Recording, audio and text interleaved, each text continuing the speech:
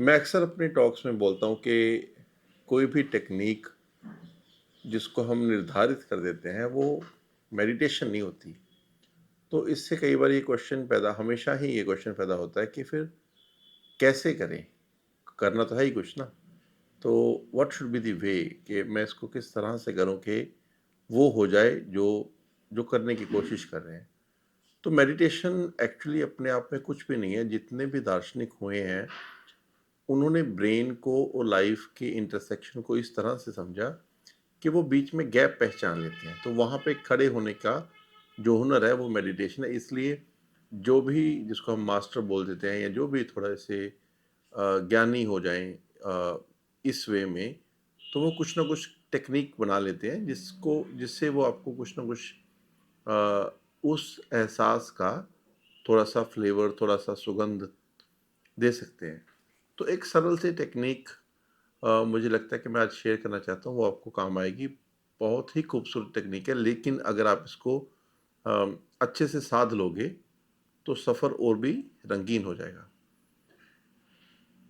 ये मैं अक्सर यूज़ करता हूँ अपने लिए कि कोशिश करो कि ये जो आपकी आंखें हैं ना, ये एक कैमरा रिकॉर्डर जैसे काम करें।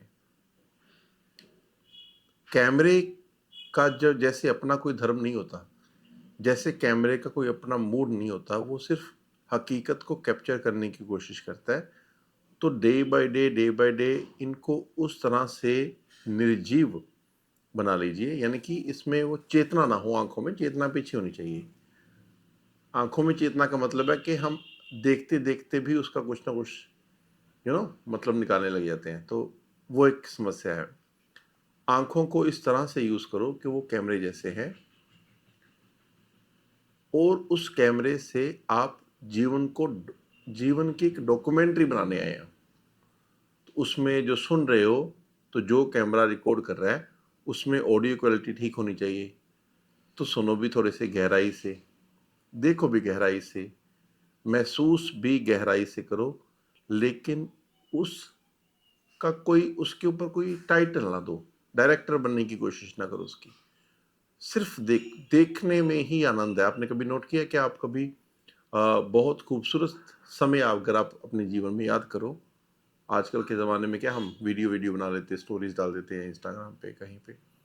तो कुछ स्टोरीज, कुछ वीडियोस पुरानी, कुछ फोटोज ऐसी होती हैं जो फोटो नहीं होती, वो जीवन की झलकी आपने कैप्चर की होती है। तो अगर इसी अवस्था में हम हमेशा रह सके, तो हमें सोचना चाहिए कि हमारा जीवन किस तरह खूबसूरत हो सकता है। तो जो भी आप इस आंखों से देख पा रहे हो, चाहत ये होनी चाहिए कि आंखों को नए से नया दिखाए। एक ही सीन फिल्म में होगा तो फिल्म बोर हो जाएगी ना। तो फिल्म भी हमें वही अच्छी लगती है जिसमें कुछ ना कुछ होता रहे। उसमें विलन भी होने चाहिए, उसमें हीरो भी होना चाहिए। और ज़रूरी नहीं कि जिस तरह का अंत आप चाहो, उस तरह का ही अंत हो।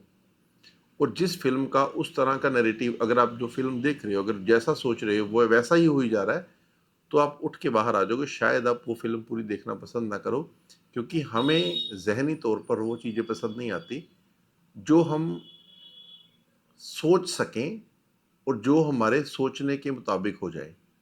तो यहीं से हम फँसते हैं। एक तरफ हमारी ईगो, हमारा अहंकार हमें ये बताता है कि जैसे सोचा गया, जैसे ज़िंदगी का तसव्वुर किया गया, उसी तरह से ही जीवन हो। दूसरा, हमें ये भी समझ आता है कि जब वैसा हो जाता है तो तब वैसा रहता नहीं। तो इस बात को मेरे बोलने से और आपके सुनने से ये इम्प्लीमेंट नहीं होगा। पहले आपको काफ़ी देर तक इसको साधना पड़ेगा।